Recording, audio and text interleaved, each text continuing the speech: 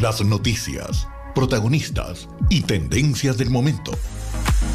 César Miguel Rondón, en Conexión Radio. La voz que cuenta la historia mientras ocurre. 9 en punto de la mañana, sean todos bienvenidos a En Conexión Radio. Hoy es lunes 10 de julio y les saluda Adrián Rabascal. Estaré con ustedes hasta este viernes y luego regresa César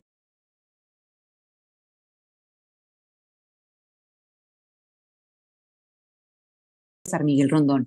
También puede escucharnos por la aplicación Actualidad Minú, que se puede descargar gratis en el celular o por www.éxitos100 en Conexión Radio de Floralicia Anzola para Éxitos 107.1 FM con Laura Rodríguez en la producción general, Mariel Sofía Rodríguez en la producción informativa, edición y montaje Jesús Carreño, en los controles Daniel Patiño y quien tiene el gusto de hablarles Adriana Núñez Rabascal, @Adriana Núñez R en Twitter, en Instagram y también en Threads. Hoy, lunes 10 de julio, la Iglesia Católica honra la figura de San Cristóbal, conocido como el patrón de los viajeros. Su devoción se ha extendido ampliamente en diferentes culturas y regiones y es común encontrar sus imágenes en automóviles,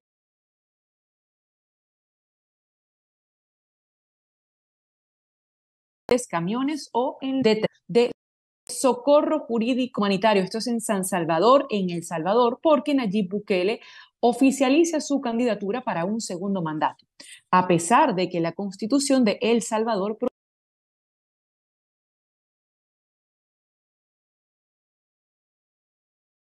prohíbe la reelección. En los Estados Unidos, Joe Biden se reunió ya con el primer ministro del Reino Unido, Rishi Sunak, y lo hará en pocos minutos con el rey Carlos antes de la cumbre de la Organización de Tratado Atlántico Norte, OTAN. Luego iremos hasta Cádiz con Jesús Manuel Pérez Triana, analista de seguridad y defensa. ¿Cómo funcionan las municiones de racimo que los Estados Unidos va a suministrar a Ucrania?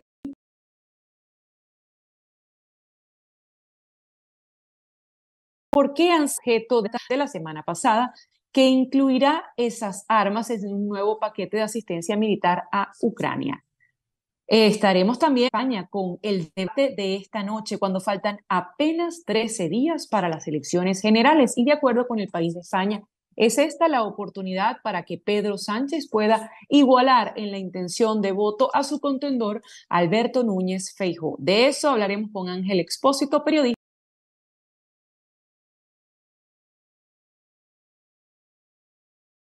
y presentador, la codirectora del Festival de Cine Venezolano, hablará con nosotros también de ese festival que se llevará de Venezuela. Y en nuestro foro vamos a hablar con la periodista Sebastiana Barral sobre esos nuevos nombramientos de ascenso militar en la Fuerza Armada Nacional. Sebastiana Barral, en su reciente artículo en Infobae, 3 de los comandantes generales recién nombrados en Venezuela ocuparon los últimos lugares de su promoción. Acompáñennos con la etiqueta Revolución Militar. Y hoy, 10 de julio, pero en 1786, nació el militar colombiano Antonio Ricaurte. Estados Unidos tomó posesión de Florida luego de comprarla a España. En 1856 nace Nikola Tesla, ingeniero mecánico, eléctrico y físico serbio, nacionalizado estadounidense, uno de los más grandes inventores, conocido por sus contribuciones al diseño del sistema moderno de suministro de electricidad de corriente alterna. En 1850, Millard Fillmore es nombrado el presidente número 13 de los Estados Unidos. En 1887, en Paraguay, se funda el Centro Democrático, actualmente llamado Partido Liberal Radical Auténtico. En 1890, en Estados Unidos, Wyoming se admite como el estado número 44. En 1913, en el Valle de la Muerte en California, se registra una de las temperaturas más altas en la historia de los Estados Unidos. 56 grados, es decir, 134 Fahrenheit. En 1914 nace Joe Shuster, dibujante de cómics estadounidense nacido en Canadá, conocido por crear a Superman junto al guionista de historietas Jerry Siegel. En 1925, Meher Baba comienza con su voto de silencio, durará ya 44 días. Sus seguidores celebran este día, el 10 de julio, como el Día del Silencio. En 1926 nace Argelia Laya, docente, activista política y luchadora social que ha defendido el derecho de las mujeres a la educación, a la participación cultural y a la capacitación. Vicente Rangel, periodista y político venezolano. Fue candidato a la presidencia en 3 oportunidades, en 1973, en 1978 y en 1983. También fue vicepresidente de la República en tiempos de Hugo Chávez y es recordado por la frase "todo está excesivamente normal" durante el paro petrolero de 2002 y 2003. En 1941 muere Francisco Antonio Rísquez, médico venezolano. Cultivó el magisterio y el periodismo científico y dedicó su vida a la solución de problemas sociales. En 1962 se funda la Universidad Católica del Táchira en Venezuela. También en 1962, pero en Estados Unidos, se pone en órbita el primer satélite de comunicaciones, el Telstar, con el que pudieron hacerse las primeras retransmisiones a través del Atlántico. Está hoy fuera de funcionamiento, pero sigue aún en órbita. En 1972 nace la actriz y modelo colombiana Sofía Vergara. En 1985, Mitre Corporation registra el primer dominio de internet.org de la historia, mitre.org. En 1991, Boris Yeltsin es elegido presidente de la Federación Rusa. En 1992, Manuel Antonio Noriega, dictador panameño, es sentenciado a 40 años de prisión por narcotráfico y esta sentencia se da en Miami, en los Estados Unidos. En 1998, tal como escuchábamos hace apenas minutos con nuestros compañeros de la W, se inauguran los primeros canales de televisión privada en Colombia, RCN y Caracol. En 2006 muere Santiago Vera Izquierdo, ingeniero, académico, gerente y político venezolano. Fue el primer ministro de Minas e Hidrocarburos de Venezuela. También fue director del Instituto Venezolano de Petroquímica. En 2015 muere Omar Sharif, actor egipcio de ascendencia siria, célebre por sus papeles en Lawrence de Arabia y Doctor Zhivago.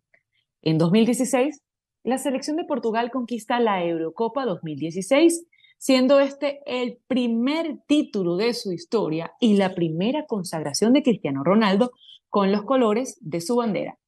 En 2019 se construye el último modelo del vehículo Volkswagen Escarabajo en Puebla, México, conocido localmente como el Bocho, y luego de 81 años de producción por esa empresa. En 2021, Lionel Messi gana su primera final absoluta con la selección de Argentina al vencer 1-0 a Brasil en el Maracaná en la final de la Copa América 2021. Y si nos vamos a la música, en 1954 nace Neil Tennant, músico británico de la banda Pet Shop Boys. En 1970 nace Gary LeVox, cantante y compositor estadounidense de la banda Rascal Flatts, y lo escuchamos con Life is a Highway. En 1971, The Bruce Springsteen Band abre el concierto para Humble Pie en el Sunshine Inn en Nueva Jersey. Después de ese espectáculo, Peter Frampton, impresionado, le comentó a Springsteen y a su banda que le gustaría que abrieran para ellos, para todo el país, para Estados Unidos. Y a su vez le dijo que estaría feliz de conseguirles una audición con su sello discográfico. Pero, sin ninguna razón aparente, el manager de Bruce Springsteen rechazó ambas ofertas en el acto. Y antes de pasar a las noticias de los Estados Unidos, César Miguel Rondón tiene un mensaje para ustedes. Es hora de hacer contacto con Hani Martínez Ward. Hani, muy buenos días. Feliz inicio de semana. Muy buenos días, ¿cómo están? Aquí para siempre dar consejos a la hora de un accidente. Estaba lloviendo, hay personas que tuvieron un accidente por causa de la lluvia y la tormenta tropical. Así que es importante de que usted sepa de que solamente tiene 14 días para hacer un reclamo y que llamar a la compañía de seguro no es suficiente. O sea, si usted llama al seguro, abre el reclamo con ellos, no es suficiente para esos 14 días. También tiene que ir ver un doctor que lo analice por resultado de sus lesiones. Así que no hable con el seguro, le recomendamos que nos llame a nosotros para poderle guiar durante el proceso legal y también buscarle un doctor que pueda velar por sus lesiones. Hani, ¿por qué es importante buscarte a ti y a tu oficina y no a cualquier otro abogado de accidentes? Es importante porque nosotros somos especializados en accidentes. Número uno, cuando la compañía de seguro, usted dice, mi abogada es Hani Martínez Ward, el grupo legal es Hani Martínez Ward, ellos saben que tenemos una cantidad de abogados sin números. Eso es importante. Que son abogados que están dispuestos a ir a juicio.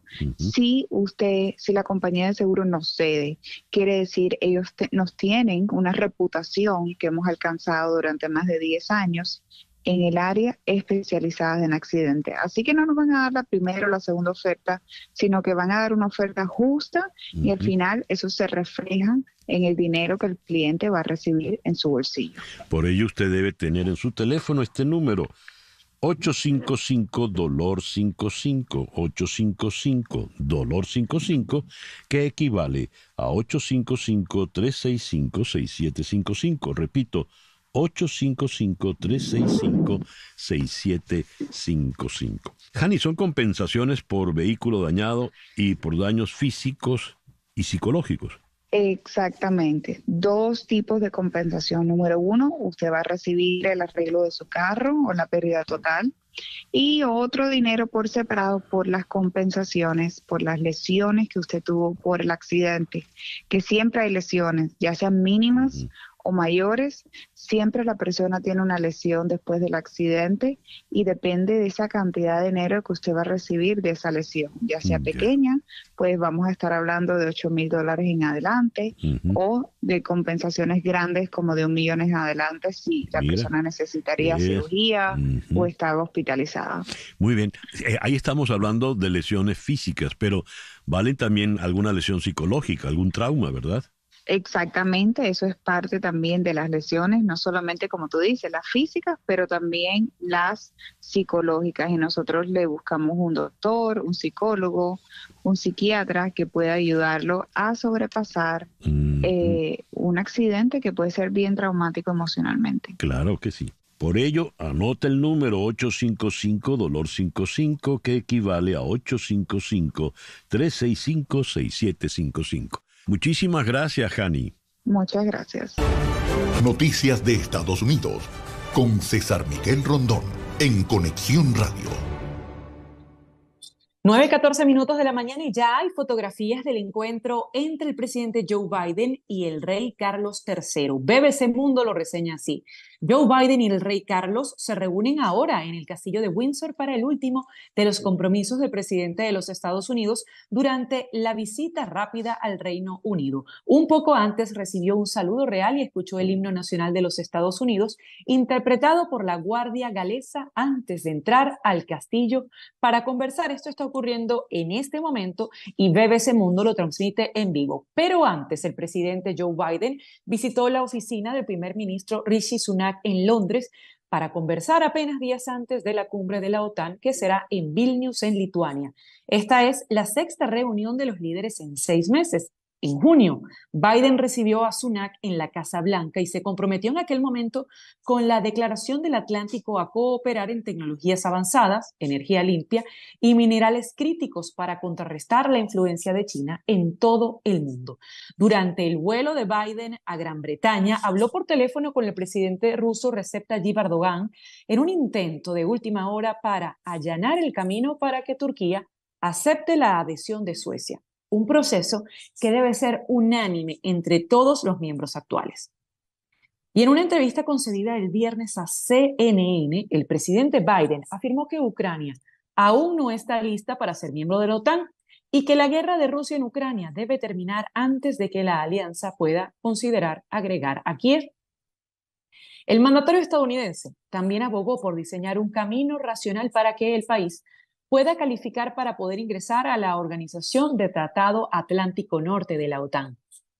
La secretaria del Tesoro Janet Yellen terminó su visita de 2 días a Pekín, donde avanzó en la restauración de un cierto equilibrio en la difícil relación económica entre Estados Unidos y China. Este viaje ha sido una pieza central del tiempo de Yellen como secretaria del Tesoro. Su reunión del sábado con el viceprimer ministro chino fue un primer paso para facilitar esas relaciones. Pero ese parecía ser el límite del viaje. Yellen no anunció ningún avance en la conferencia de prensa del domingo. Sugirió que el viaje daría lugar a conversaciones más regulares y constructivas con funcionarios chinos. Comillas, ninguna visita resolverá nuestros desafíos de la noche a la mañana, dijo la secretaria de Estado. Y en economía estadounidense, 6 estados de rápido crecimiento en el sur ahora añaden más al PIB nacional que el noreste de los Estados Unidos, y esto lo informa Bloomberg. Florida, Texas, Georgia, las Carolinas y Tennessee se encuentran en medio de una migración de riqueza de $100.000 millones en la medida en que el centro de gravedad económico de Estados Unidos se inclina hacia el sur.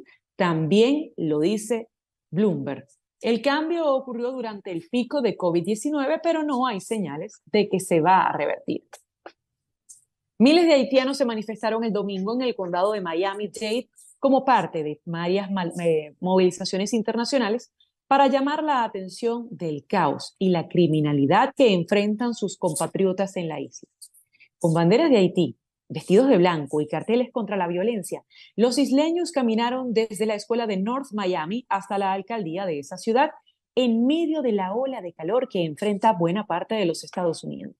Con carteles contra los homicidios y los secuestros, los haitianos solicitaron ayuda a la administración de Biden y clamaron por la paz en Miami y también en Boston, cuando se cumplen 2 años del asesinato del presidente Jovenel Moïse, ocurrido el 7 de julio de 2021. También en la Florida, los funcionarios de salud confirman que se ha contraído 2 nuevos casos de malaria en el suroeste de Florida y sigue en vigor un aviso de salud en ese estado para la enfermedad transmitida por mosquitos. Eso lleva el total a 6 casos desde que se informó de la primera infección a finales de mayo. Lo que ocurre en Venezuela con César Miguel Rondón en Conexión Radio. La Comisión Nacional de Primaria anunció una prórroga para la inscripción de venezolanos en el exterior. Leemos directamente el tuit que escribieron. Nuestra aplicación web para venezolanos en el exterior presentó fallas este domingo por alto tráfico. Por eso tendrás oportunidad de actualizar tus datos hasta este lunes a las 12 del mediodía. No pierdas la oportunidad de votar el 22 de octubre, se lee textualmente de la cuenta en Twitter. Pero de esta forma los venezolanos en el exterior que solicitaban una extensión van a tener la oportunidad de hacerlo. Pero por cierto, hoy el señor Luis Ratti convoca a una rueda de prensa en el Tribunal Supremo porque hablará sobre un amparo constitucional contra las primarias de la oposición, y esto está siendo esperado en Venezuela porque podría el Tribunal Supremo darle una estocada a la elección interna de la oposición. Mientras tanto, la Conferencia Episcopal Venezolana celebra el nombramiento como cardenal de Monseñor Diego Padrón, arzobispo de Cumaná. La Arquidiócesis de Caracas también recordó que con esto el país tendría activos 2 cardenales, confirmando o contando en este momento a Baltasar Porras, arzobispo metropolitano de Caracas. El CICPC detuvo a hombres implicados en la difusión de material pornográfico en Guarenas. A través de una cuenta de Facebook, captaban a jóvenes en edades comprendidas entre los 14 y los 17 años de edad. En el Nacional se destaca lo siguiente: ambientalistas alarmados por la capa verde que cubre gran parte del lago de Maracaibo. El olor de esa capa mezclada con aceite de desechos sólidos es pestilente, según destaca el Nacional. Según expertos para el agua y el ambiente, los habitantes de la entidad zuliana están sufriendo porque la acumulación se hace más nociva con el pasar de los días. En efecto, Cocuyo, crece el consumo de medicamentos genéricos venezolanos según un reporte. De acuerdo con el boletín del Faro Farmacéutico, el consumo de medicinas creció 6,2%, es decir, 4,4 millones de unidades más entre enero y mayo de 2023, en comparación con el mismo periodo pero de 2022. Solo la industria de producción nacional representó 78% del mercado total. Y volviendo a la primaria, 8 de los 14 candidatos opositores participarán en un debate el próximo 12 de julio con la ausencia de Enrique Capriles. El careo se efectuará en la Universidad Católica Andrés Bello a las 11 de la mañana y podrá ser visto en vivo por redes sociales. Este será el primer encuentro que tengan los candidatos a la elección primaria opositora que se efectuará el próximo 22 de octubre. Capriles, por su parte, afirma que dará anuncios hoy lunes a las 12 del mediodía, pero no adelanta sobre qué temas hablará. Así cerramos las noticias de Venezuela y a las 9:21 minutos de la mañana vamos al corte para luego continuar con las noticias de Latinoamérica y el resto del mundo. Una pequeña pausa y ya regresamos con Adriana Núñez Rabascal en Conexión Radio por Éxito 107.1 FM. En un momento regresamos con César Miguel Rondón en Conexión Radio por Éxitos 107.1 FM. Lo que pasa en Latinoamérica en Conexión Radio. Comenzamos en Argentina. Tras la foto de unidad y la inauguración del gasoducto, Sergio Massa retoma la negociación con el Fondo Monetario Internacional. El ministro de Economía, Sergio Massa, enviaría este martes por la noche a Washington a 3 funcionarios para cerrar un acuerdo técnico. Massa estuvo este domingo la foto de la unidad del oficialismo con un acto que compartió con el presidente Alberto Fernández y la vicepresidenta Cristina Fernández Kirchner por el inicio del llenado del gasoducto de Vaca Muerta. El jefe de la cartera de Economía no se privó de lanzarle una crítica desde el escenario al Fondo Monetario Internacional en un contexto de semanas de tensa negociación por el nuevo acuerdo. Esas conversaciones retomarían esta semana una instancia presencial. En Colombia, Óscar Iván Zuluaga se declararía culpable, dice Infobae. Este lunes la Fiscalía le imputará cargos por el caso Odebrecht. El ex candidato presidencial fue convocado para comparecer a las 10 de la mañana del 10 de julio, es decir, de hoy, en relación con la presunta aceptación de fondos provenientes de la compañía brasileña. El ex aspirante a la presidencia de Colombia por el Partido Centro Democrático, Óscar Iván Zuluaga, se presentará ante la Fiscalía para enfrentar la imputación de cargos por enriquecimiento ilícito, falsedad en documento y fraude procesal, hoy lunes 10 de julio. En El Salvador, y lo que será nuestro tema de conversación en minutos, Bukele oficializa su candidatura tras solo registrarse su nombre en las primarias.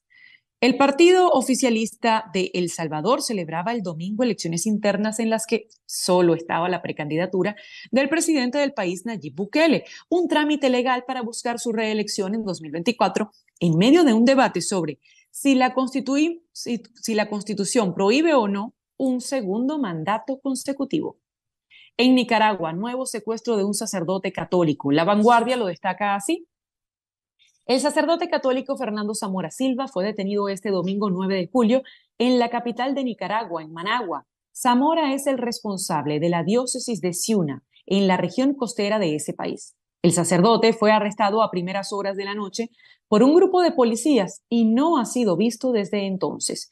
Según fuentes de la oposición nicaragüense, la detención tuvo lugar a pocos metros de una parroquia del norte de la ciudad.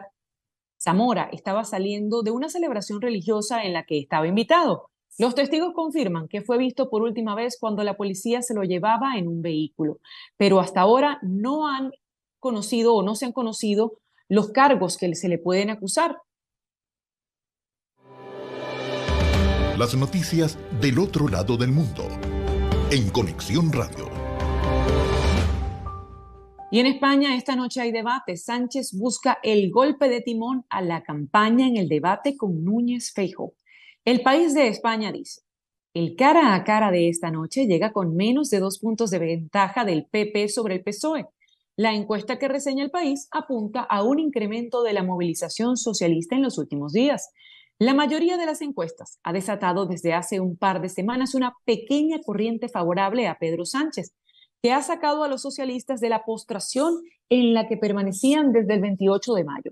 Pero al PSOE le hace falta mucho más que esta suave brisa. Necesita despertar una verdadera ventisca que derribe el tablero escenificado en los últimos meses y que ha situado a Alberto Núñez Feijóo en la recta final hacia la Moncloa. Parece difícil que en los próximos 10 días Sánchez vaya a disponer de una oportunidad mejor que el debate cara a cara de la noche de este lunes con Feijóo para intentar dar un golpe de timón y acallar la trompetería que lleva semanas anunciando el fin del sanchismo.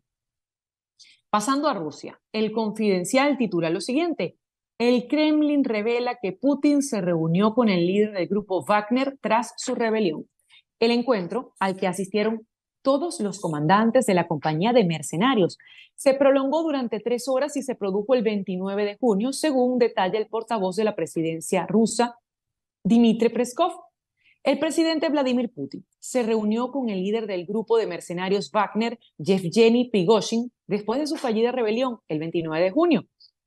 El encuentro al que asistieron también todos los comandantes de la compañía de mercenarios se prolongó durante 3 horas, detalló el portavoz. Comillas, el encuentro tuvo lugar en el Kremlin y se alargó por casi 3 horas. En esa reunión, Putin dio su valoración de la actuación de Wagner en el frente de un marco de operación militar especial y también de los acontecimientos del 24 de junio. Esto se refiere, estos acontecimientos, al motín liderado por Prigozhin, quien abortó la misión cuando sus soldados estaban a 200 kilómetros de Moscú. En Inglaterra han detenido a un adolescente tras apuñalar a un maestro. Nos vamos también a otras noticias que destaca EFE. Influyente sacerdote polaco acusa a Alemania de querer absorber a Polonia. El sacerdote polaco Tadeusz Rydzyk, uno de los más influyentes del país y propietario de varios medios de comunicación, afirmó que lo que Alemania no consiguió con los fusiles y con los campos de concentración, lo quiere conseguir con el euro. Esto es una cita textual. En varias intervenciones públicas ante sus seguidores, el sacerdote se refirió a los traficantes y mercaderes de la Unión Europea que están esperando absorber Polonia a través de Alemania, y añadió que decir esto no es hacer política. Así cerramos la lectura noticiosa de este día, 10 de julio, 9:30 de la mañana. Saludamos a esta hora a Ingrid Escobar, directora de Socorro Jurídico Humanitario. Esto es en San Salvador, en El Salvador, porque ayer Nayib Bukele oficializó su candidatura luego de solo registrar su nombre en la primaria. Es hora de votar, escribió en su cuenta de Twitter. Vamos a realizar el proceso más democrático y transparente, dijo también en su cuenta de Facebook. Pero ¿qué pasa? La Constitución de El Salvador dice que no puede presentarse a una presidencial el que haya desempeñado la presidencia de la República por más de 6 meses consecutivos durante el periodo inmediato anterior o dentro de los últimos 6 meses anteriores al inicio. Es decir, este señor no podría presentarse a un segundo mandato. Pero ¿qué pasa? La Corte Suprema del país emitió una sentencia que le abre espacio a su participación. Bienvenida, Ingrid, ¿cómo está? Mucho gusto, muy bien, un saludo desde El Salvador a todos sus seguidores. Tal parece que si la Corte le da esta ventana de participación, Nayib Bukele va directo a un segundo mandato. ¿Pero qué se puede esperar? ¿Hay alguna manera para detener su aspiración? Por el momento, y según lo que él mismo ha manifestado y teniendo la bancada legislativa mayoritaria a favor de él, es casi imposible y estamos entonces a las puertas de una dictadura autoritaria, ¿verdad? Una más que se suma a las ya conocidas en la región. De hecho, nuestra Constitución de la República es clara en 6 artículos de la misma, donde prohíbe rotundamente y claramente la reelección presidencial. Es más, desde 1935, donde justamente fue el dictador Hernández Martínez quien sí se reeligió y estuvo en el poder 11 años, desde entonces esto no se vuelve a dar en El Salvador. A ningún presidente se le ocurrió irrespetar la Constitución en estos artículos que, por ejemplo, yo le podría leer, ¿verdad? El artículo 88, breve: la alternabilidad en el ejercicio de la presidencia de la República es indispensable para el mantenimiento de la forma de gobierno y el sistema político establecido. Bukele, el 1 mayo del año 2021, con la entrada de la mayoría legislativa en favor del oficialista, lo que hace es, en la primera legislación de la bancada legislativa oficialista, fue quitar a la Sala de lo Constitucional legal y legítima de ese momento, para que justamente lo que tengamos ahora sean fallos o sentencias como una de septiembre de 2021, donde la sala sí allana la posibilidad al presidente para que pueda volverse a reelegir. Pero ¿qué es lo que estamos nosotros viendo aquí? Que es totalmente ilegal, porque primero la sala de lo constitucional que dicta esta sentencia es ilegítima y es ilegal, ¿verdad? Porque Ah, sus diputados quitaron la sala constitucional legalmente establecida y que todavía tenía 2 años de funcionamiento, ¿verdad? vamos a Entonces detenernos vemos ahí, que Ingrid. Ingrid Escobar es nuestra invitada, es directora de Socorro Jurídico Humanitario. Mientras la presentaba, decía que esa corte le había dado una ventana a Nayib Bukele para participar en una reelección, a pesar de que la Constitución prevé esa alternabilidad de la que usted ha hablado. ¿Quiénes componen esa correcto. sala constitucional? ¿Quiénes componen la corte que le da carta blanca a Bukele para reelegirse cuando en el país esto está prohibido? Correcto, bueno, son 5 magistrados de la Sala de lo Constitucional que definitivamente no tendrían que haber entrado a actuar desde el 1 de mayo de 2021. Es una sala constitucional impuesta, presidida por el magistrado López Jerez, que son cuotas del partido oficialista, ¿verdad? Y que definitivamente están actuando de manera completamente ilegal. Miren, nuestra Constitución en el artículo 131 dice que la Asamblea Legislativa le corresponde desconocer obligatoriamente al presidente de la República o que haga sus veces cuando terminado su periodo constitucional continúe en el ejercicio del cargo. Pero ¿qué es lo que vemos aquí?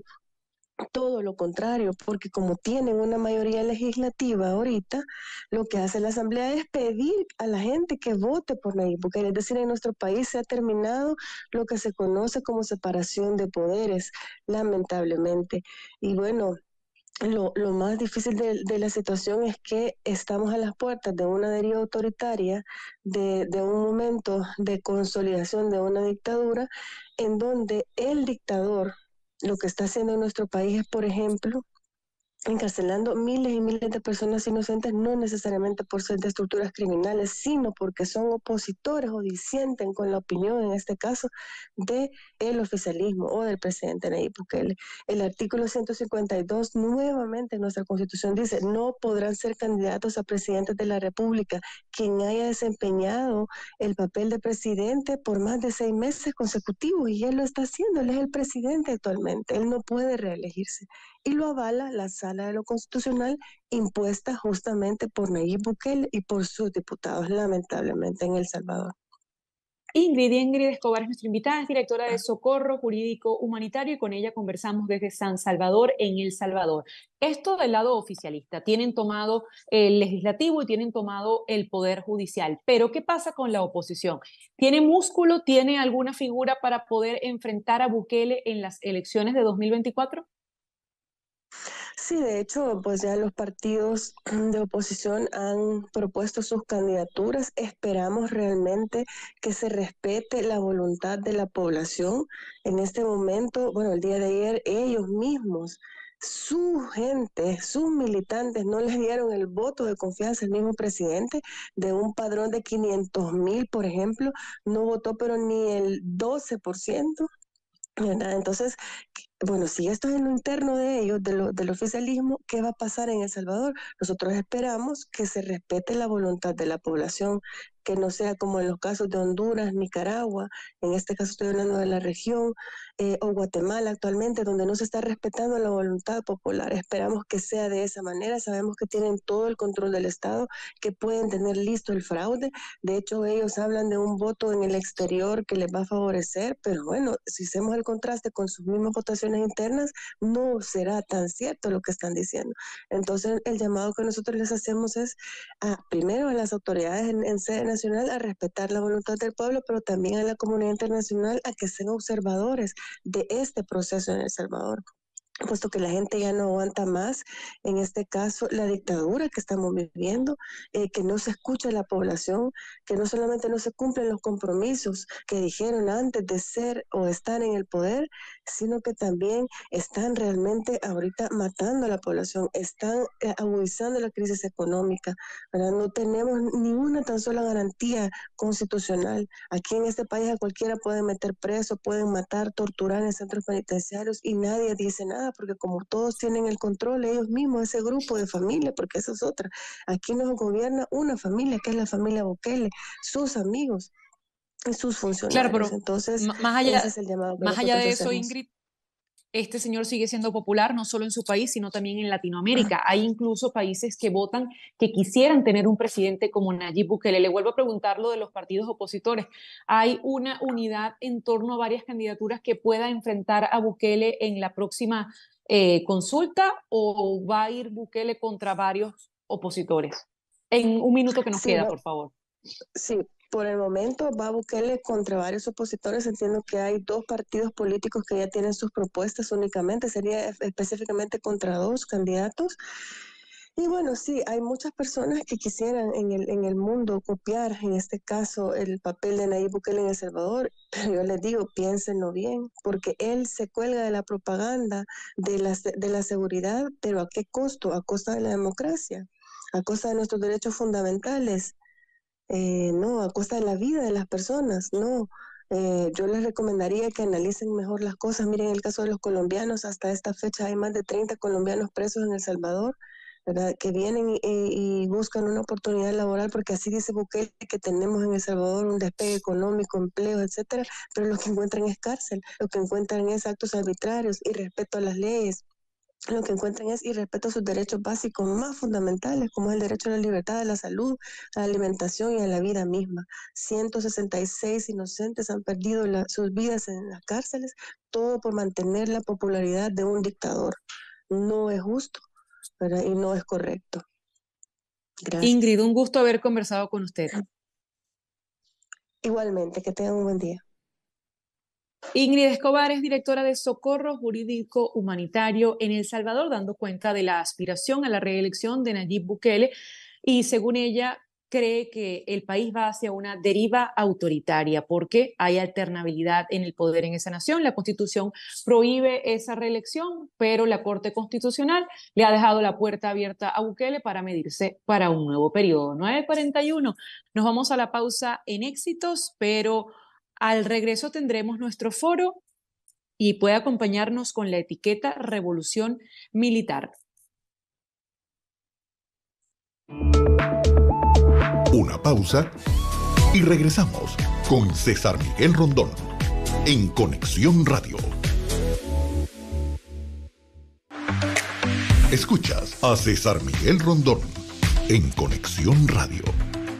¿Buscas la mejor carne en vara del sur de la Florida? En Nando Grill la carne en vara es hecha a la leña, conservando así toda la jugosidad y todos los sabores que evocan los llanos venezolanos y colombianos, con los más exquisitos contornos para acompañar las más deliciosas carnes. Y viernes, sábados y domingos, música en vivo, arpa 4 y maracas, joropo llanero. Visítanos en nuestras sedes de Doral, Westchester y Homestead para que disfrutes la mejor carne en vara del sur de la Florida. Nando Grill, donde el sabor del llano se siente.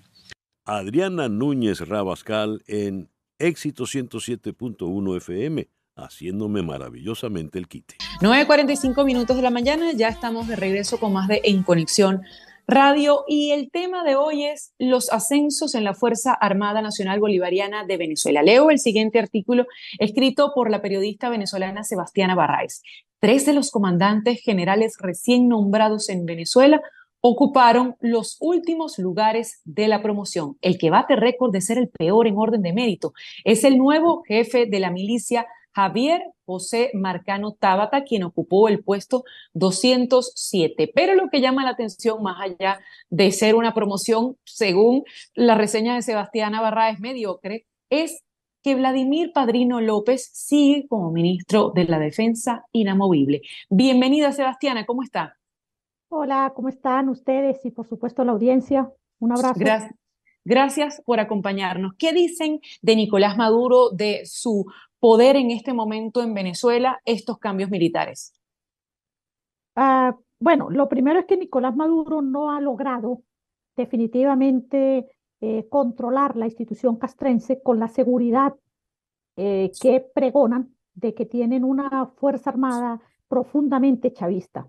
Creo que sencillamente él lo que ha demostrado es un poco más de seguridad al hacer los cambios, pero no en la Fuerza Armada, digamos, en la confianza que debería tener en la institución como tal.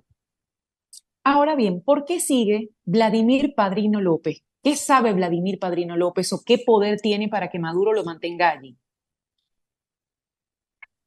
A ver, yo soy de las que creo que el general en jefe Vladimir Padrino López no es que sepa algo en particular, es que sencillamente es el gran cohesionador de una institución armada que ha sufrido profunda crisis, que está atravesando por problemas muy graves de miles de deserciones, por una parte, por la otra, un apresto operacional sumamente cuestionable, fragilidad en lo que a los soportes de la Fuerza Armada se refiere. Me refiero, por ejemplo, a la disciplina, a la subordinación, que son claves para esta institución, pues eso no se está cumpliendo. Ahora, Sebastiana, también quisiera revisar los que salieron de la Fuerza Armada Nacional de Venezuela, nombres destacados como, por ejemplo, Manuel Barroso, quien había sido jefe de Cadivi y ha ocupado diferentes escenarios, no solo en el ámbito militar, sino también económico. ¿Por qué salen muchos de ellos? Bueno, porque pasan a retiro, se cumplen los 33 años de vida activa en la institución y a diferencia de lo que en otras oportunidades ha ocurrido, en este caso, pues sencillamente Nicolás Maduro decide pasarlos a retiro cumpliendo con la ley, sencillamente cumpliendo con la ley. Lo que no ha ocurrido, por ejemplo, en el caso del general Padrino, que tiene 9 años ya de ministro de la Defensa y debió haber salido hace 9 años porque él pertenece a la última promoción de 30 años en la institución. A partir de ahí, las promociones en vida activa se consideran desde los años 33 cumplidos. Ahora bien, pero no podía ponerlo en otro puesto de acción, toda vez que también se acostumbra a que esos personajes que pueden tener cierto poder luego vayan a otros ministerios. Es que en el caso de la Fuerza Armada no, es más difícil hacerlo, Ujú. porque no es fácil conseguir un sustituto que pueda, digamos, ocupar este cargo no solamente desde el punto de vista militar, sino desde el punto de vista de cierta ascendencia y cierto liderazgo en la institución. En el caso del general Padrino, pues él tiene la habilidad, digamos así, de poder mantener cohesionada la institución, algunos elementos pegados con, como decimos en el argot popular, pegados con saliva, o sea, pues, muy frágil, pero ha mantenido la institución a pesar de que ese era quizás el flanco más débil que tenía Nicolás Maduro cuando asumió el poder. Que por cierto, Sebastián, hablábamos al comienzo de Vladimir Padrino y lo calificabas como un cohesionador entre miles. ¿Y qué pasa también con Iván Hernández Dala, que también se mantiene? A ver, es que en la figura de Iván Hernández Dala, él es mayor general, tiene unas características distintas. El general Iván Hernández Dala no ha sido realmente un líder dentro de la institución castrense. A diferencia de Padrino, que más que bien pues ha cumplido con una carrera militar que en ascenso, cumplimiento en esos elementos necesarios dentro de la institución castrense, él sí los cumplió. Hernández Dala no es así. Hernández Dala ha sido jefe de la Dirección de Inteligencia Militar y jefe de la Guardia de Honor Presidencial. Es un poco, digamos, salvando las distancias, un poco el pollo Carvajal de la revolución.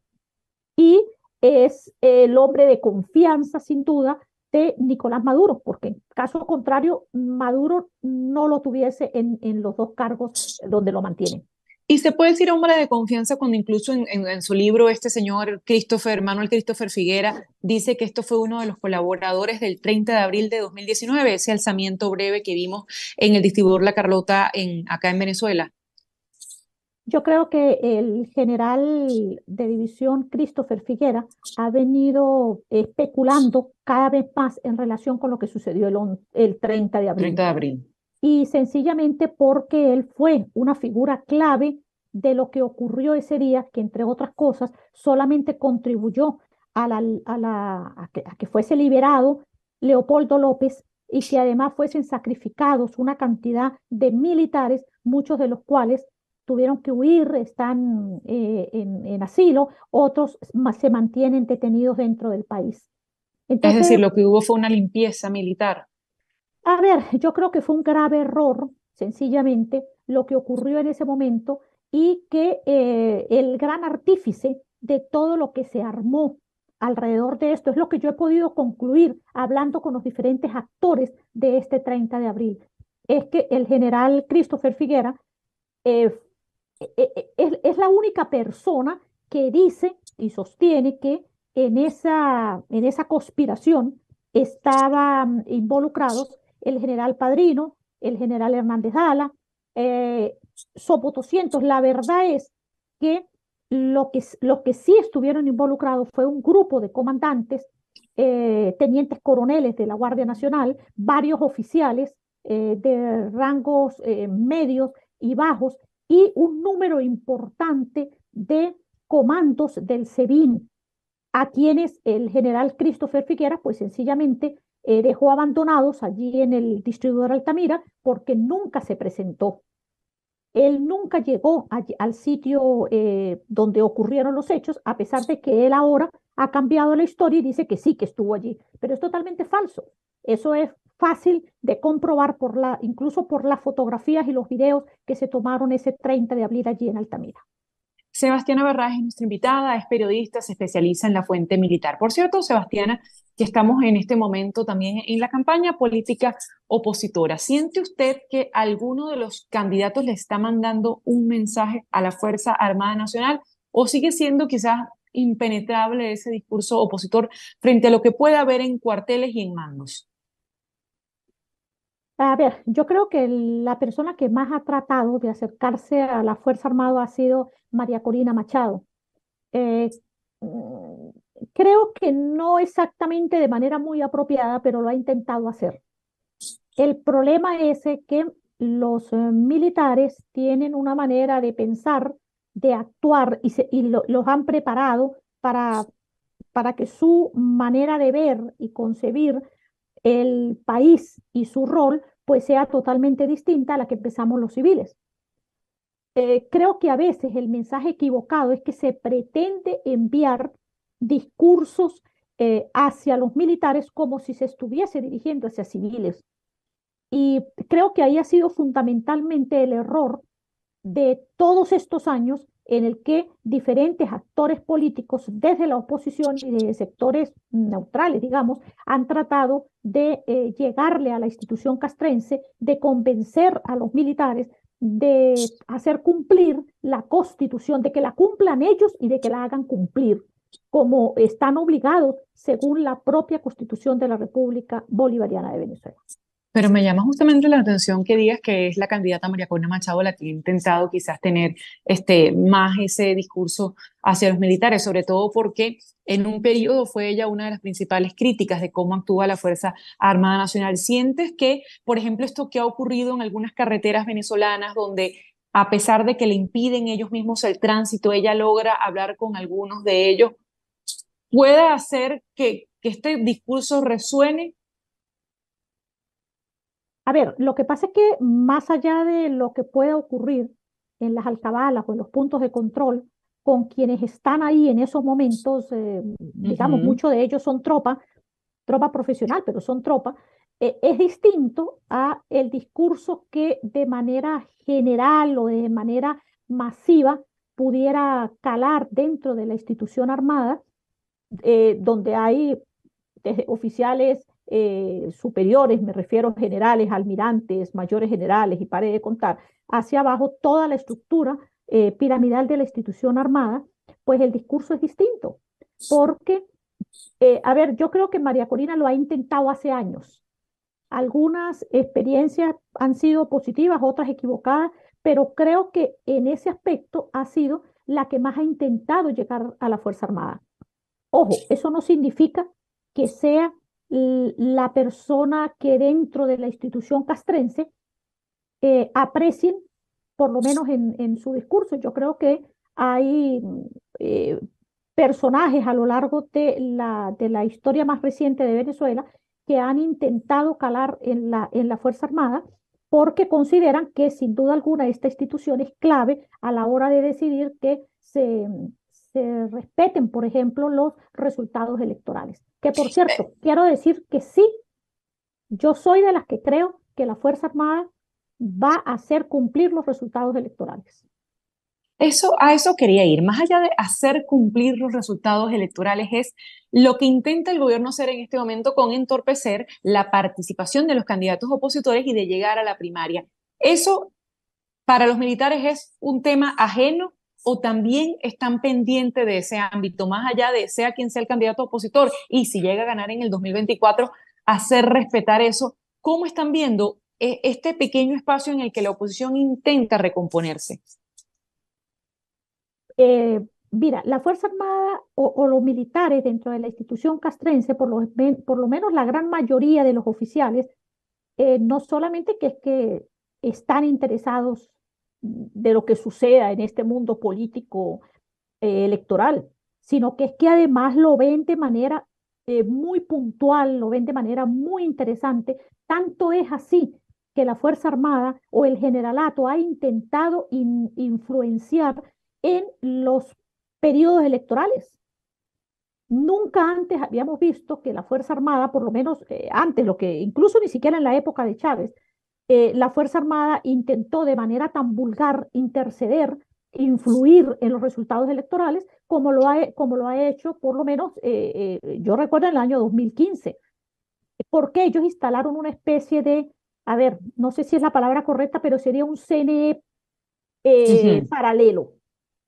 Un CNE paralelo. ¿Por qué? Porque utilizan toda esa fuerza que tiene la institución desde el punto de vista personal y de las armas para ellos llevar su propio pulso y por supuesto muchos creen que eso pueda ser definitivo en las elecciones. Yo soy de las que creo que el generalato y el almirantazgo de la institución castrense no va a poder controlar yo creo que esa ola que ocurre en los sectores medios y bajos de la Fuerza Armada ante los resultados electorales que ocurran próximamente. Y no sería, Sebastiana, simplemente con represión interna que pudieran acabar lo que usted califica como esa ola en los mandos medios, porque mucho se ha visto esos intentos, no, esa contención que ha tenido durante los últimos años la parte alta, el alto mando militar contra los pequeños alzamientos, rebeliones o pronunciamientos que hay, todos han sido derrotados.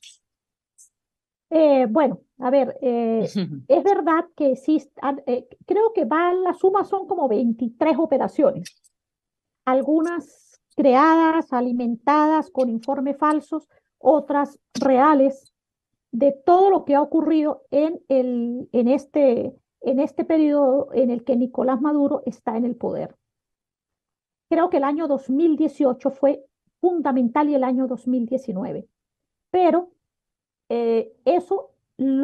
a ver, ¿cuál es el resultado de eso? Que tengamos las cárceles llenas de militares presos políticos, de oficiales de alta graduación, de algunos con ascendencia, con liderazgo, algunos, la verdad, también corruptos y no precisamente porque tuvieran, digamos, que tuvieran actuación destacado, pero sí hay un número importante de oficiales, esos presos políticos que han sido referencia dentro de la institución armada. Ahora, uno lo que se pregunta es, ¿realmente lo que ocurre a niveles medios y bajos de la Fuerza Armada puede ser detenida por generales o por el generalato y el almirantazgo, que goza de ciertos privilegios mientras que en los niveles medios y bajos no es así. Que le permitan a un oficial robar, atracar, llevarse oro de las minas, no acudir a los cuarteles y demás. De verdad, este alto mando militar cree que puede controlar esa avalancha que hay interna dentro de la institución, porque lo que vive la institución castrense en los medios no privilegiados, que es la mayoría, es lo mismo que ocurre en el mundo civil. Sebastiana, vamos a hacer un corte para escuchar publicidad y música, pero al regreso venimos con las conclusiones en esta conversación con la etiqueta Revolución Militar. Contratar los servicios de un abogado de inmigración es un asunto serio. Establecerse en Estados Unidos requiere de trámites que debes realizar con abogados con mucha experiencia y conocimiento, como es el caso de las abogadas de Canelo Fadul Immigration, especialistas en visas de inmigración, laboral, familiar y humanitarias, entre otras. Ellas suman más de 55 años de experiencia asesorando desde la solicitud de la visa hasta la obtención de la residencia y posterior ciudadanía. Si necesitas asesoría para inmigrar y establecerte en Estados Unidos, llama al 305-579-9218. Repito, 305-579-9218. Y si dices que llamas de mi parte, la primera consulta es gratis. También puedes escribir a inmigraya@canerofadul.com. Canero Fadul Immigration, reputación, confiabilidad y efectividad. Estamos en Conexión Radio. Pero seguimos en esta conversación con Sebastiana Barraez, periodista venezolana especializada en la fuente militar y quien durante todo el fin de semana ha dado cuenta de esos ascensos y cambios en la milicia venezolana, en la Fuerza Armada Nacional. Sebastiana, hablabas de los militares presos. Hay al menos 113 militares en prisión como parte de lo que tú también decías, son unas 23 o rebeliones o alzamientos o también capturas con pruebas falsas. Pero eso de que haya 113 militares y, de acuerdo con el Foro Penal, en las peores condiciones, con los que son más duros en la justicia, es precisamente con los militares, son los que reciben más torturas. Eso no hace que esos mandos medios de los que tú hablas, que serían esta ola para impedir que se desconozca el resultado electoral, puedan estar apaciguados. Sin duda, sin duda. Yo creo que esa es precisamente la estrategia que se busca en este caso, que sean ellos quienes, digamos, sientan temor, miedo de tener que manifestar algún tipo de descontento o de protesta por lo que ocurre en la Fuerza Armada. Fíjate, hay un hecho, el caso de un oficial, Ikber Marín Chaparro, que está detenido. Él es teniente coronel, fue detenido en marzo del 2018 y está detenido por haber manifestado que había que mejorar las condiciones que tenían sus subalternos, que él consideraba, al igual que los otros comandantes del grupo, que debía dársele mejores condiciones, que era bochornoso que ellos no pudieran responder ante sus subalternos. Bueno, Iber Marín ha permanecido en la DGCIN. Anteriormente, hasta hace poco, permaneció en los sótanos, en lo que se llama la Casa de los Sueños, aunque, digamos, sus torturas han sido más psicológicas que físicas. Afortunadamente, pues ahora hace poco fue trasladado después de la huelga de hambre hacia un sitio, digamos, mejor, entre comillas, de la DGCIN, pero la verdad es que este oficial, que es primero de su promoción, que ha sido muy destacado, que además es un líder, pues la razón por la que esté preso es eso. Y lo saben dentro de la Fuerza Armada, lo saben sus subalternos, lo saben sus compañeros, que la razón por la que está preso es por eso. Él no participó en ninguna rebelión. No hay evidencia de que existiera realmente ningún acto de rebelión o de instigación a la rebelión, más allá de exigir condiciones para los soldados, para los subalternos. Y es justamente el que un hombre no haya participado en una rebelión, sino que simplemente se haya quejado por las malas condiciones de sus subalternos, de todo quien le rodea. ¿Qué mensaje envía puertas adentro, Sebastiana? Bueno, que sin duda son brutales.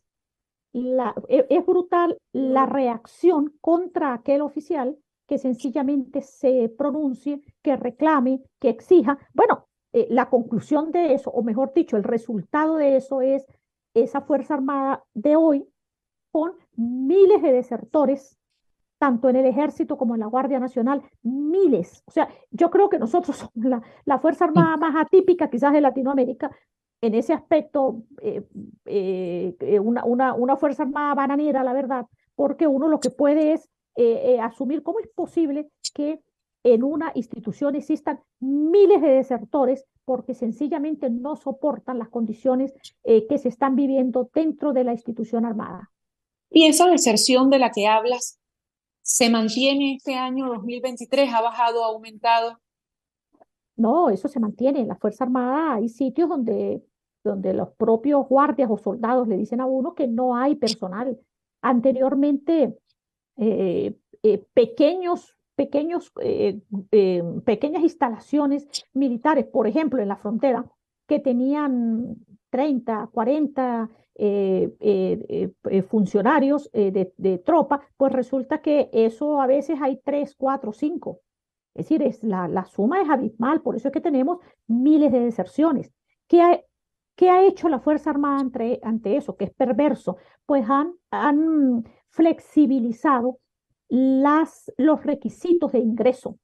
Y por eso es que ahora hemos visto en los últimos años una cantidad de militares que han cometido asesinatos dentro de las propias instalaciones, que cometen secuestros, que la extorsión es casi popular dentro de la Fuerza Armada, que están metidos en el narcotráfico, que participan activamente en el narcotráfico, no solamente porque tienen superiores que también participan en el narcotráfico, sino porque las condiciones económicas pues hacen un caldo de cultivo favorable para que lamentablemente los militares opten por una perversa acción como es participar con los cárteles del narcotráfico, sobre todo con los colombianos y los mexicanos. Y ahora que dices eso, Sebastiana, Iván Márquez dice el equipo de defensa colombiano está muerto. ¿Qué dicen tus fuentes? ¿Murió Iván Márquez en Venezuela? Mira, yo creo que la FARC ha sido demasiado astuta durante muchos años para tratar de lanzar versiones que pueden ser muchas veces falsas. Es decir, por ejemplo, cuando murió Marulanda, pasó mucho tiempo para que la FARC reconociera que Marulanda estaba muerto. Y en otros casos, sencillamente, cuando la gente dice cuando ellos mismos dicen que está muerto, resulta que a veces es simplemente una estrategia para sacar del radar a uno de esos cabecillas. Así que creo que en el caso de Iván Márquez, lo que sí supe el año pasado por fuentes en el estado Apure es que él en efecto fue herido, él salió herido de allí de una acción que por cierto muchas fuentes colombianas dicen que fue el ejército venezolano. Yo tengo entendido que fue la propia FARC, otro sector de la FARC que también funcionaba en el estado Apure, que fue el que finalmente terminó ejecutando esta acción contra él. Pero a estas alturas no sé realmente, y la verdad es que no me he preocupado mucho por ese individuo de saber si sigue o no vivo. Y Sebastiana, ya para despedir esto finalmente en 2 minutos, si puedes alcanzar ese tiempo, siempre se hace el balance cuando hay cambios militares de qué jefe perdió, cuál ganó, cuál tiene más. Y siempre se nombra en todo esto al diputado del Partido Socialista Unido de Venezuela, Diosdado Cabello. ¿Pierde, gana Diosdado Cabello con este cambio en la Fuerza Armada?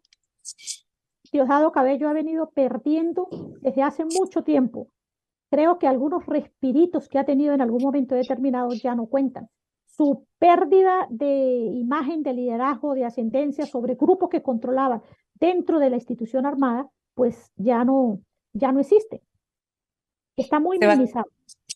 Sebastián, 1.000.000 de gracias por haberte conectado con nosotros. A ti y a la audiencia. Sebastiana Barrás es periodista venezolana, articulista de decenas de medios como Frontera Viva, también Infobae, y especializada en la fuente militar. 10:14, cambiamos de tema a esta hora. César Miguel Rondón, en Conexión Radio. Y como les decía hace minutos, ya hay fotografías del presidente de Estados Unidos, Joe Biden, no solo con el primer ministro del Reino Unido, Rishi Sunak, sino también con el rey Carlos antes de la cumbre de la OTAN. Para hablar de ello, saludamos a Rafa de Miguel, corresponsal de El País de España en el Reino Unido. Bienvenido. ¿Cómo está, Rafa? ¿Qué tal? Un gusto estar aquí en el programa. ¿Cómo ha sido recibida esta visita de Joe Biden al Reino Unido? Bueno, la verdad es que sin ser realmente una visita oficial, porque era simplemente una escala, una meta volante antes de llegar al destino final, que era Vilnius, la capital de Lituania, donde se celebra la cumbre de la OTAN, la verdad es que el Reino Unido le ha querido dar importancia a esta visita porque después de años de tensión con la administración estadounidense, sobre todo a cuenta del Brexit y de los problemas derivados por el Brexit en Irlanda del Norte, hay que recordar que el presidente Biden es de ascendencia irlandesa, sobre todo problemas que tuvieron que ver con la época de mandato de gobierno de Boris Johnson. Ahora las cosas han mejorado bastante con el nuevo primer ministro, con Rishi Sunak, que se ha llegado a reunir ya hasta 6 veces con el dignatario estadounidense. Y en ese sentido, pues es una reunión cordial en el Downing Street, el número 10 de Downing Street, la residencia oficial del primer ministro, y a continuación desplazándose con helicóptero en el castillo de Windsor, donde el rey Carlos III ha esperado también al presidente estadounidense para poder ellos dos, junto con otras personas relacionadas con ese ámbito, pues discutir nuevos modos de financiación para la lucha más importante a la que se hace frente en el siglo XXI, que es la lucha contra el cambio climático. La guerra en Ucrania también forma parte de estas discusiones que pudieran haber tenido Rishi Sunak y el rey Carlos con Joe Biden. Sí, así es, ese es el tema central de lo que va a ser la reunión de la NATO, de la OTAN, pero en cualquier caso se trataba sobre todo de coordinar posturas por parte de dos aliados tradicionales como son Londres y Washington. En las horas previas a esta reunión se decía que mientras Washington tenía todavía cierta reticencia a la entrada acelerada o a la entrada rápida de Ucrania en la Alianza Atlántica, el Reino Unido optaba, como los países del este de Europa, por una incorporación lo más pronta posible. El portavoz de Rishi Sunak, sin embargo, ha intentado restar hierro a estas discrepancias para decir que funcionan de un modo sincronizado tanto Washington como el Reino Unido, que los dos son conscientes de que en medio de una guerra no es el momento de acelerar una incorporación y que los mecanismos de la alianza son los que deben ponerse en marcha entre los propios aliados de la alianza para discutir esa incorporación. Y luego había un asunto también delicado, que es la decisión de Washington de suministrar con bombas de racimo, con las llamadas cluster bombs, al gobierno de Ucrania en su lucha contra el invasor ruso. Hay más de un centenar de países que afirmó en su momento la Convención contra este tipo de bombas que tienen un carácter demasiado indiscriminado y atentan en muchas ocasiones contra población civil, así que la mayoría de los países han optado por prohibir su uso. Sin embargo, Estados Unidos, el propio presidente Biden ha explicado que esta decisión tiene que ver con la escasez de suministros, la escasez de munición que sufre en estos momentos el gobierno de Ucrania mientras intenta hacer frente a la invasión rusa, y que ha sido solamente después de pensarlo mucho que el gobierno de Estados Unidos ha decidido dar luz verde a esta entrega de bombas racimo. Por parte del gobierno británico se ha querido restar hierro a este posible enfrentamiento o discrepancia y han respetado la decisión que admiten que es difícil del gobierno estadounidense. Rafa de Miguel es nuestro invitado, es corresponsal de El País en el Reino Unido y das cuenta justamente que intentan restar importancia a esto más allá de respetar la decisión de los Estados Unidos, pero no es beligerante en este tema el Reino Unido. Su primer ministro Rishi Sunak prefiere marcar distancia. No realmente, porque ten en cuenta que lo que interesa sobre todo es dar una imagen de profunda unidad, sobre todo entre dos aliados que han tenido siempre una relación muy especial, como son Washington y Londres. Es verdad que, por lo menos a través de portavoces y en declaraciones públicas, el gobierno británico intenta establecer claramente cuál es su posición, tanto respecto a las bombas de racimo como a la incorporación de Ucrania en la OTAN, pero siempre intentando a toda costa que las discrepancias sean mínimas y que la distancia sea la menor entre dos socios tradicionales como son Washington y Londres. En todo caso, lo que reportaba BBC Mundo eran las fotografías alegres del rey Carlos III y el presidente Joe Biden hace apenas una hora. Gracias, Rafa, por haber estado con nosotros. Un saludo muy grande. Rafa de Miguel es corresponsal de El País de España en el Reino Unido. A las 10:19 de la mañana hacemos un corte en Éxito 107.1 FM. Una pequeña pausa y ya regresamos con Adriana Núñez Rabascal en Conexión Radio por Éxito 107.1 FM. Estamos en Conexión Radio.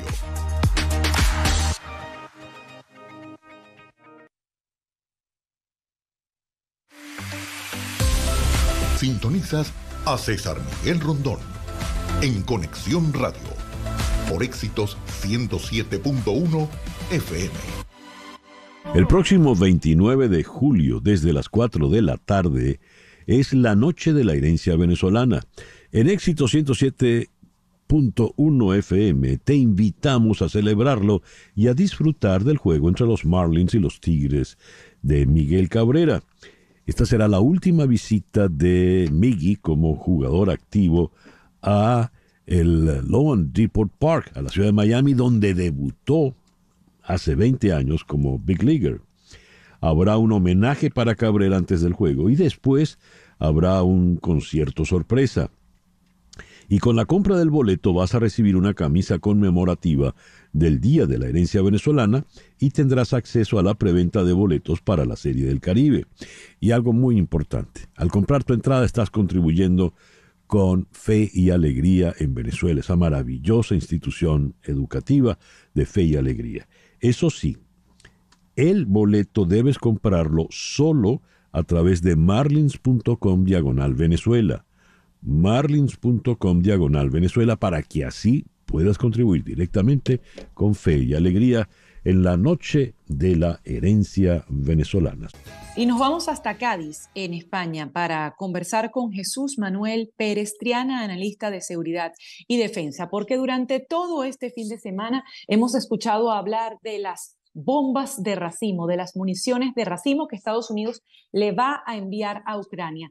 ¿Por qué generan tanto pavor, escozor y rechazo las bombas racimo? Bienvenido, Jesús. Pues, hola, encantado. Gracias por estar con nosotros. ¿Qué son estas municiones de racimo y en qué casos se han utilizado? Bueno, concretamente lo que estamos hablando aquí son unos proyectiles de artillería, es decir, se disparan desde un cañón y una vez llegan a la vertical del blanco o de la zona donde se dispersan toda una serie de bombetas. Esas bombetas sirven para cubrir la mayor área posible y poder atacar, pues, por ejemplo, pueden ser concentraciones de blindados, de vehículos. El principal problema de esto es que la experiencia histórica nos dice que este tipo de proyectiles, una vez se dispersan las bombetas, siempre hay un porcentaje que falla, cae a tierra, queda ahí, y cuando una vez termina la guerra, pues llega pues desde un niño jugando o un campesino que está labrando la tierra y pues tropieza o las encuentra y ese artefacto que estaba ahí, que no estalló en su momento, pues se convierte en un arma letal y genera víctimas civiles. Ese es el principal problema. No es tanto lo que va a pasar ahora en esta guerra, sino que va a quedar un legado de muerte y destrucción en un futuro para Ucrania. Entonces, pues se debate si esto es una solución a corto plazo para enfrentar a esta invasión rusa, pero le deja a Ucrania luego pues un legado letal. Y más allá del legado letal, ¿desde cuándo se utilizan esas municiones de racimo y a partir de qué momento fueron rechazadas por estos efectos que pueden tener sobre blancos que no fueron estipulados?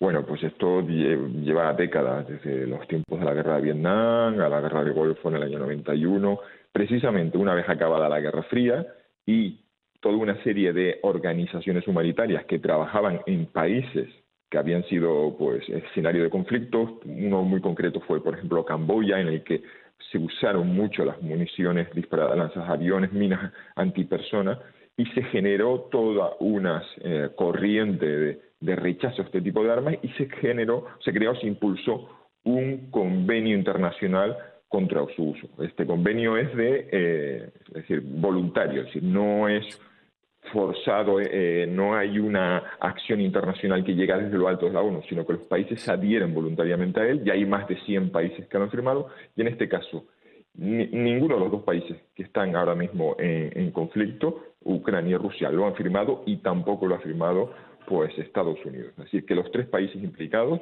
el país que quiere entregarle a Ucrania armas no lo ha firmado y tampoco los dos países que están en conflicto. Entonces no es un es un mecanismo legal, pero no hay uno forzado o cumplimiento, no hay un organismo internacional que vaya persiguiendo a los países que no firmen. Simplemente es una cuestión voluntaria. En cualquier caso, ha sido la sociedad civil internacional lo que impulsó esto en los años 90 y a lo largo del tiempo pues ha conseguido que más de 100 países se adhieran a este convenio. Y además de eso, entiendo que puede ser considerado un crimen de guerra el que uno de estos proyectiles alcance sin intención a un blanco que no era blanco, es decir, a una persona, a un hospital, a sea lo que sea. Jesús Manuel Triana es analista de seguridad y defensa, nos acompaña desde Cádiz. Esta decisión de los Estados Unidos es decisión definitiva o puede cambiar en algún momento, puede echarse para atrás. Bueno, Estados Unidos ha anunciado un paquete de ayuda humanitaria, ayuda militar. Entonces se supone que la decisión está ya tomada. Eso sí, se le ha pedido a Ucrania pues toda una serie de condiciones. Es decir, los ucranianos han dicho, nosotros recibimos esta arma, tendremos un enorme cuidado a la hora de usarlo. Primero porque somos el país que va a sufrir, esto no lo estamos usando contra terceros, lo estamos usando en nuestro propio territorio y vamos a ser nosotros los que suframos las consecuencias. Entonces los ucranianos dicen que se comprometen a tener mucho cuidado, es decir, que van a usarlas contra concentraciones de tropas enemigas fuera de áreas urbanas, fuera de ciudades, poblaciones civiles, y que en todo caso pues vamos a ver qué mecanismos de control y seguimiento se establecen. Esto es una cuestión, yo creo que dependerá mucho también de la buena fe, porque yo creo que va a ser en medio de un conflicto, va a ser un poco complicado seguir el empleo de estas armas. En cualquier caso, a los ucranianos les interesa pues ganar la guerra, pero tampoco les interesa dejar pues un legado que arruine vidas, y lo estamos viendo. Hay ya organizaciones humanitarias dedicadas al desminado, a eliminar tanto las minas como los explosivos, o sea, sobre todo los proyectiles que llegan una vez caen a tierra. Hay algunos que siempre por una cuestión de estadística no estallan y se quedan ahí en campos de labranza, se quedan pues en patios traseros de casa. Entonces yo creo que los ucranianos son conscientes de que también, aunque tengan una voluntad de ganar esta guerra, pues no pueden usar cualquier medio, y que al final no justifica siempre pues cualquier medio empleado. Jesús, muchísimas gracias por haberte conectado con nosotros estos minutos. Pues encantado, y hasta la próxima.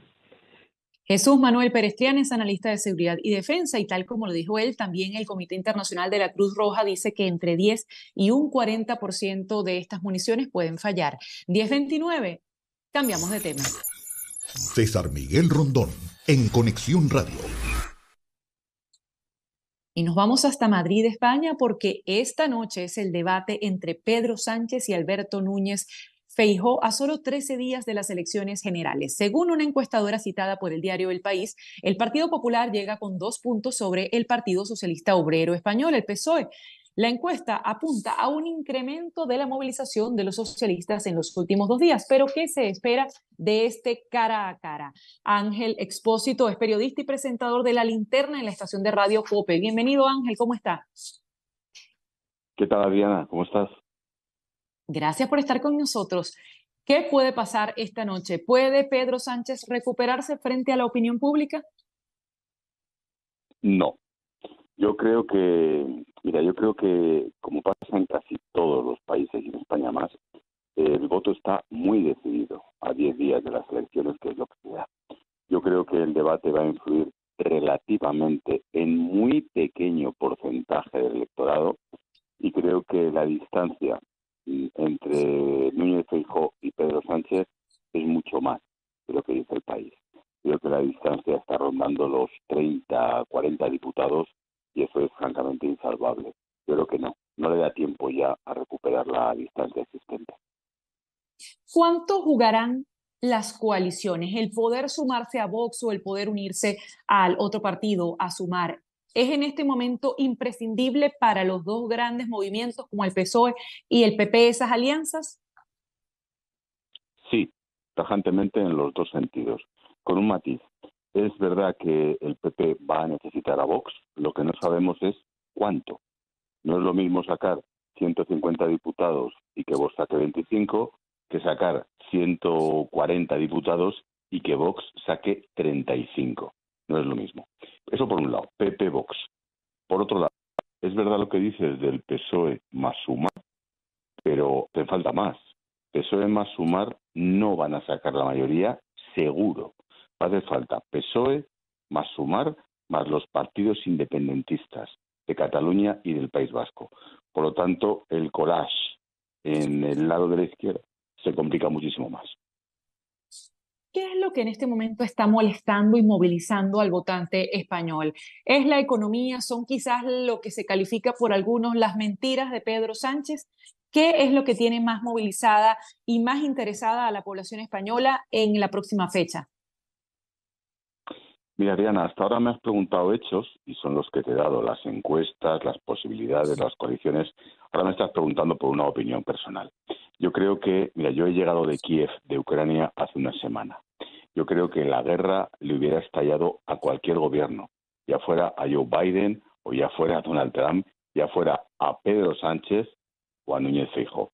La pandemia y el coronavirus le hubiera estallado a cualquier gobierno, y cualquier gobierno hubiera gestionado lo mejor posible las dos situaciones.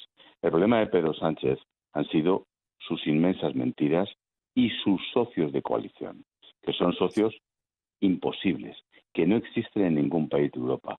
Y el problema está en que esos socios son los que van a tener que repetir sí o sí si le diera el cómputo final para gobernar. Ese es el problema.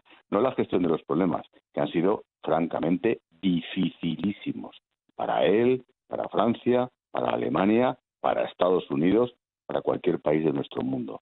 El problema ha sido la gestión y con quién ha hecho esa gestión, Adriana.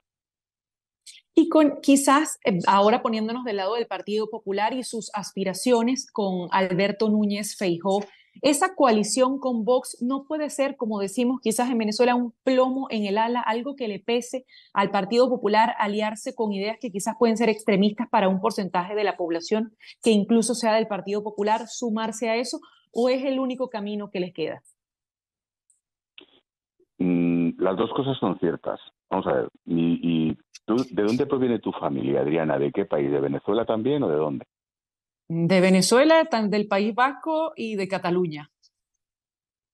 Te lo digo porque lo vas a entender. Feijóo es gallego. Gallego, pero gallego de verdad, no gallego como llamáis a todos los españoles en América. Por lo tanto, es un tipo con un carácter y con una materia muy especial. Es gallego de una aldea de Galicia. Por lo tanto, a saber lo que tiene en la cabeza, primero. Segundo, a tu segunda afirmación, no le queda otra alternativa. Tal y como está el panorama de los partidos políticos en España, que es muy complejo, mucho más complejo que el de Estados Unidos, y tú me hablas desde Miami. Aquí hay muchos partidos políticos, pero en el lado del centro a la derecha solamente hay dos, PP y Vox. Había otro que era Ciudadanos, que ha desaparecido prácticamente. Por lo tanto, PP y Vox. A partir de ahí no le queda otra. La única duda es el porcentaje. Si el porcentaje es de una dependencia absoluta que tiene que meter en el gobierno, entonces sí, ese peso de la derecha más extrema puede ser un balazo en las alas, un plomo en las alas, o no, o depende con una abstención parlamentaria sin que entre en el gobierno. Eso es lo que tenemos que votar los españoles dentro de unos días. Que por cierto, quisiera preguntar en medio de quizás la ignorancia que uno puede tener con un sistema parlamentario como el español, ¿y podría llegarse al escenario de no poder formar gobierno o lo ve difícil? Conversamos con Ángel Expósito, periodista y presentador de La Linterna en la emisora COPE. Lo veo difícil porque en el sistema parlamentario español tú eliges un parlamento, no eliges a un presidente, eliges un parlamento. Por lo tanto, ese Parlamento luego elige al presidente. Yo creo que en la negociación posterior a las elecciones, las sumas de un lado o de otro, teniendo en cuenta que la mayoría absoluta son 175 diputados, yo creo que al final se acabaría negociando en un sentido u otro para no repetir elecciones. Si se repitieran elecciones, en la actual situación de crisis, de guerra en Europa, etcétera, sería un absoluto desastre. Para mí, opinión personal, un fracaso de la democracia española. Ángel, muchísimas gracias por habernos acompañado estos minutos en Conexión Radio. A vosotros por contar conmigo, como siempre. Gracias. Gracias a usted, Ángel Expósito, periodista, presentador de La Linterna en la estación de Radio Cope. Y leo, mientras tanto, ya que despedimos a nuestro invitado, justamente la nota de El País. Y dice, sí, parece difícil que en los próximos 10 días Pedro Sánchez vaya a disponer de una oportunidad mejor que el debate cara a cara de la noche de hoy con Feijóo para intentar dar un golpe de timón y acallar la trompetería que lleva semanas anunciando el fin del sanchismo, es decir, el fin de Pedro Sánchez. El del lunes, el de hoy, ante las cámaras y los micrófonos de A3 Media, será un debate bastante atípico, ya que hasta cierto punto los papeles se han intercambiado. El presidente en ejercicio, es decir, Pedro Sánchez, aparece en esta ocasión como aspirante y está obligado a lanzarse al ataque, mientras el postulante al cargo es quien menos tiene que arriesgar en el envite. 10:37 minutos de la mañana. Nos vamos a una pausa en Conexión Radio. Una pausa y regresamos con César Miguel Rondón en Conexión Radio. Y a las 10:41 minutos de la mañana recibimos a Karina Gómez Franco, directora del Festival de Cine Venezolano que se está llevando ya a cabo en la ciudad de Mérida, en Mérida. Bienvenida, Karina, ¿cómo está? Ay, divinamente, muchas gracias por el contacto. Bueno, nada, aquí ya arrancamos anoche. La inauguración la hicimos en el teleférico, en la segunda estación, y hoy increíblemente está nevando. ¿Cuántos años llevan ya? ¿Cuántas ediciones de este festival? ¿Y qué crees o cómo crees que ha crecido quizás la producción cinematográfica en esos años? Bueno, mira, este es el número 19 del festival. Llevamos ininterrumpidos desde el 2005. Bueno, para darte como una anécdota para que puedan ver cómo ha crecido en calidad y en cantidad. Cuando nosotros arrancamos en el 2005, el país tenía solamente 5 escuelas de cine. Hoy en día el país tiene 32 escuelas de cine. O sea que eso habla muy bien, no solamente de la cantidad de gente que se está graduando, sino también de la cantidad de gente que está haciendo cine. Imagínate tú que este año tenemos 13 largos en competencia, de los cuales 6 son óperas primas y 7 son estrenos mundiales. O sea que esto es grande, es bonito y es muy bien armado. Tenemos largo ficción, largo documental, corto ficción, corto documental, además de dos competencias que yo quiero mucho, que son Universidad Audiovisual y Maratón Cineatro. Uno es el presente y el otro es el futuro del cine nacional.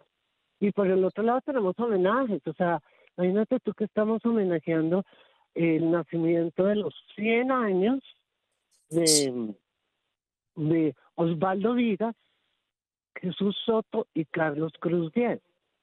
Entonces, bueno, no te digo, es que son el pasado, el presente y el futuro del cine y de lo audiovisual, pues, básicamente.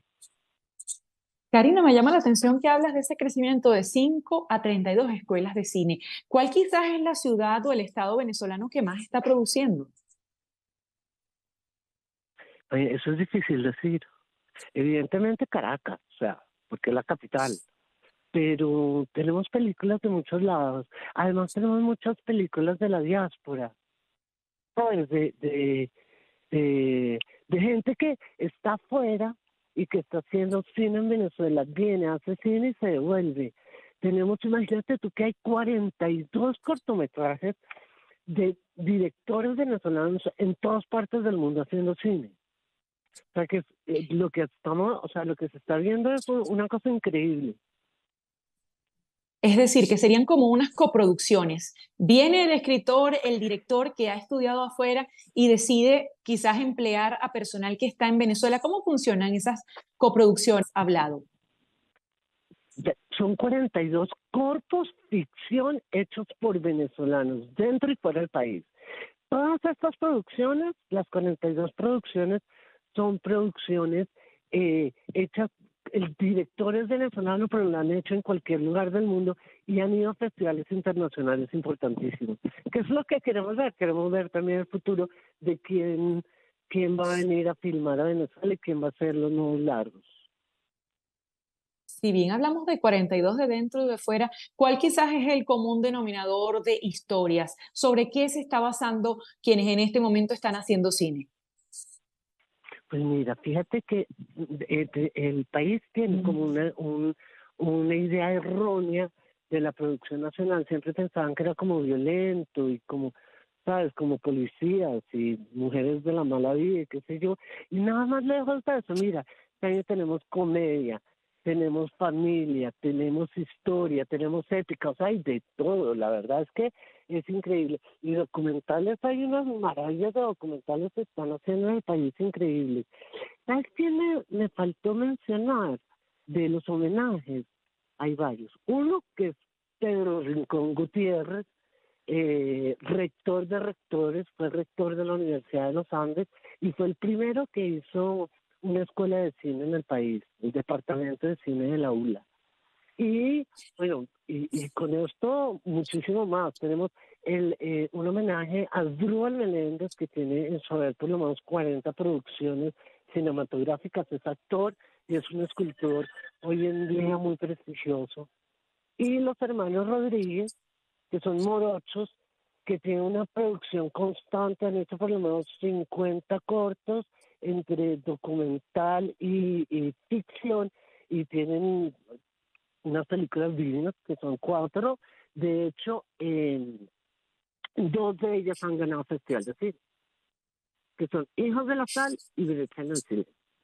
Son 2 Karina películas. Gómez. Para la gente que lo pueda buscar. Karina Gómez Franco es directora del Festival de Cine Venezolano que durante 19 ediciones se ha llevado a cabo en Mérida. Decías que los venezolanos piensan que su cine está dedicado a la violencia, pero quizás ¿qué piezas resaltarías para desmontar ese mito? Simplemente que vayan a ver cine venezolano. Es muy importante que la gente cuando vaya a las salas de cine pida ver venezolano, compre tickets venezolanos, porque ahí está donde podemos hacer y apoyar el cine nacional. El cine nacional necesita mucho tiempo, el cine nacional necesita no solamente sino el apoyo para vernos, porque es que además ahorita se habla de la diáspora, las historias de la gente y lo que les pasa cuando están en el exterior viviendo y ese dolor tan horrible del país. O sea, que estamos además haciendo un reflejo de lo que somos y de lo que vivimos. Muy importante. Y hay historias sobre eso, sobre justamente lo que viven los venezolanos en el exterior. Esos directores que están afuera han mostrado sus realidades. Sí, hay varias películas. Te puedo decir una ahorita que se llama Simón, que de hecho se estrena en el país aquí dentro del festival. Está además una ópera prima. Está el productor es Marcel Raskin, que no sé si el país se acuerda, pero deben acordarse de una película muy bella que él hizo que se llamaba En Manos. Claro. Una película divina.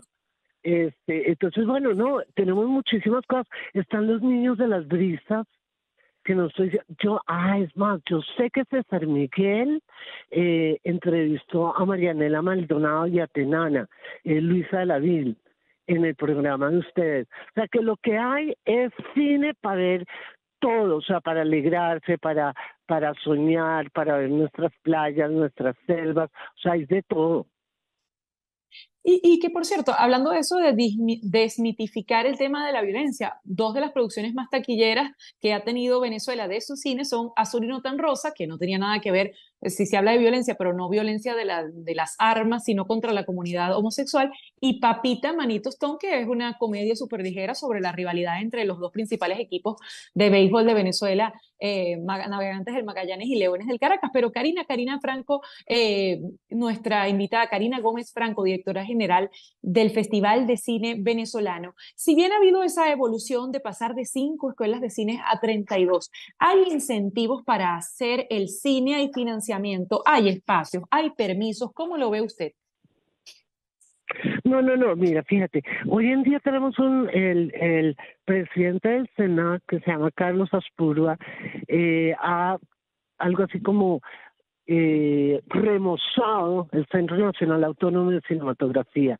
Hoy en día hay plata para preproducción, para producción, abriendo otra vez un campo importantísimo que es cibermedia y con un apoyo total del Estado. O sea, la verdad es que es sorprendente. Evidentemente el Centro Nacional Autónomo de Cinematografía tiene una ley propia y es autónoma. Entonces, ha tenido una constante que es trabajar, producir, además de que les ayuda al festival y qué sé yo. Es una constante y están haciendo un muy buen trabajo con unas convocatorias importantísimas donde los cineastas pueden apoyarse para hacer cine. De hecho, estamos estrenando una película que se llama Machera, de Jackson Gutiérrez, que es hecho sobre un mito urbano de Mérida. Y fue filmado en Mérida hace unos 3-4 meses con la Escuela de Medios Audiovisuales, con participación de UNEARTE. O sea, es realmente sorprendente. Y es un mito urbano increíble, porque es como un Robin Hood merideño. Entonces, te lo digo para que no sé, es genial, o sea, ¿sabes? Esto de los santos y las cosas, y ¿sabes? Y estos santos urbanos que lo que fueron medio malandrines, es la verdad, pero la película está genial y está muy bien hecha, está hecha en Mérida, y se estrena esta noche. Karina, muchísimas gracias por haber estado con nosotros estos minutos en Conexión Radio. Adriana, muchísimas gracias a ti. Un beso a César Miguel gigante, por favor, y a todo el equipo de producción.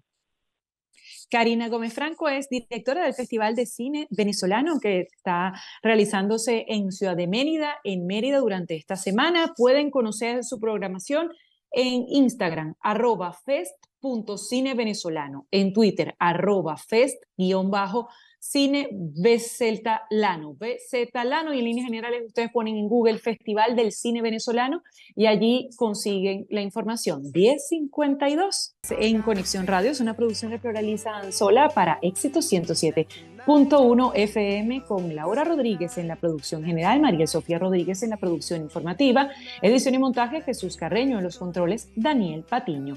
Y quien tiene el gusto de despedirse, Adriana Núñez Rabascal. César Miguel Rondón estará con ustedes nuevamente el próximo lunes